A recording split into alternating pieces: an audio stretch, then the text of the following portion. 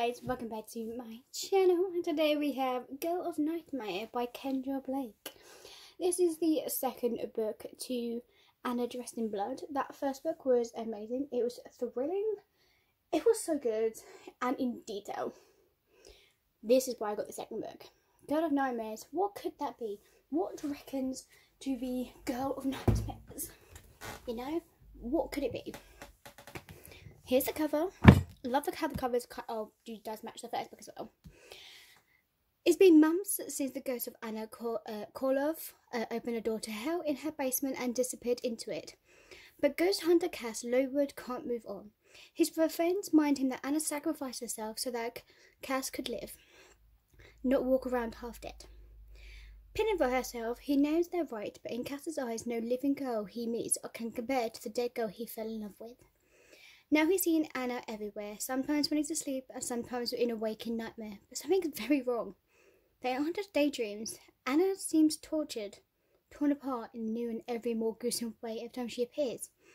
Cass doesn't know what happened to Anna when she disappeared into hell, but he knows she doesn't deserve whatever's happening to her now. Anna saves Cass more than once, and it's time for him to return the favour. Favour? Blah. So I did kind of thought, I was like, oh God, no, what's that going to be about? So it does go around with trying to find Anna, and I thought that was really cool. He tries to find Anna of the Nightmares, the girl of Nightmares, so she is so good. This is a perfect read for Halloween, for October. But girl, I like reading my books in order, so if I get a book, I read that book if in my pile. So right now I am currently reading Lovesick Ellie, and that's a manga, so we'll see what's next in that situation. Anyway, Girl of Nightmare was picked up a few months since the events of the end of Anna Dressed in Blood, where Anna sacrificed herself to save Cass. Cass will not rest until he has concrete answers. So I enjoyed the sequel very much, but interestingly enough, I thought it was a different animal to its possessor. Like, I was like, okay, so who could this be? Like, Anna's gone now. Where could this give me? So I mean, don't get me wrong, there were moments of true horror here, like, damn. But the focus on this was Cass' quest to find Anna, which I find that's kind of cool, and how he, even though he loves a ghost, he would do anything to get her back. And just like in the previous book, this most important and pleasing task to save Anna develops into a parallel to Cass's character development. In terms of personality, Cass has come a long way since he started, but he's still a kind of a jackass who thinks of himself first. The opening scenes of the novel when he's on the date with a nice girl and he behaves like a bore. In a good indication of that, at least he knows he finally recognises that. And at the same time, he creates roots and remains close friends with Thomas and Caramel.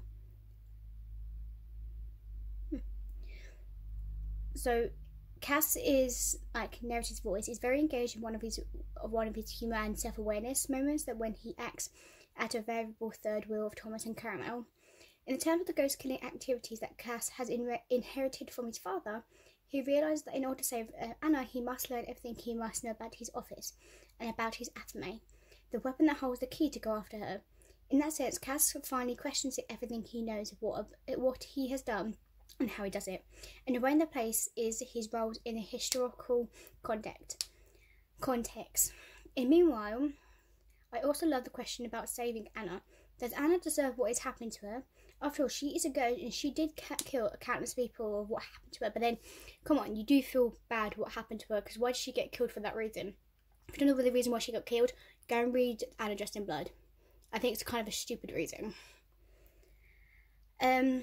But then again, she became a ghost in the first place, but wasn't she a victim too? So in a way, even though I missed terribly savaging of Anna and Vespers, I found what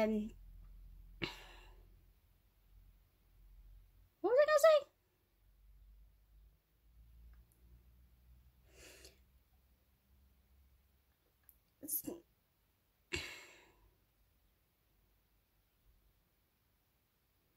So even in a way, it does confuse me. Like, I found Anna's storyline to be captivating, although I did have to say I was never truly invested in the actual romance between Anna and Cass, because I always regarded their relationship as something that could never ever work.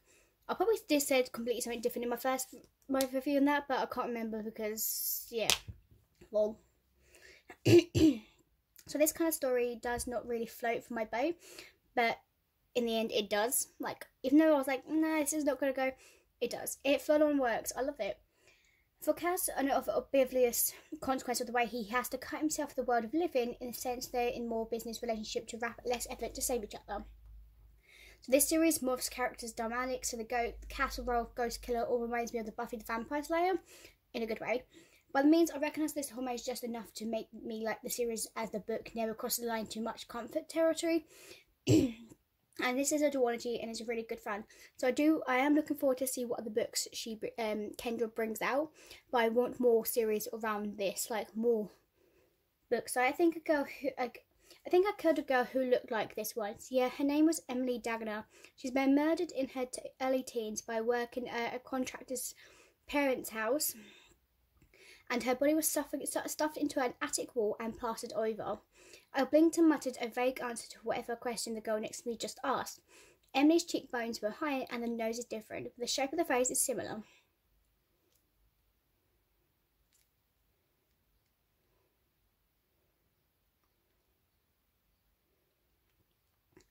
And I'm staring at the girl. I track into the upstairs guest room. It took the better part of an hour hacking with Aphmate at the wall.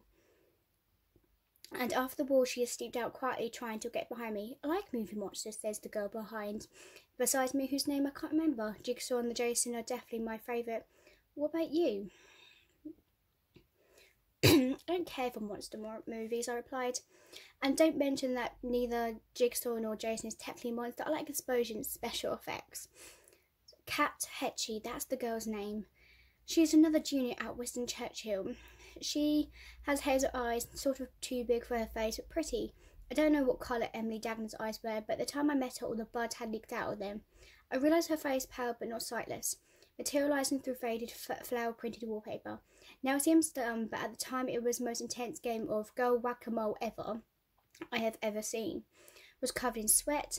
It was a long time ago, but when I was younger I was more easily rattled. It would be years before I go against ghosts of anything real, ghosts like Anna Kovlet, the girl who could have been torn out of my spine any time she liked, the wounded up, saving my life. And I do now. It was just, I want to read more. I want to literally read more on how this is gonna go. You don't know what's gonna come next until you've actually seen it all.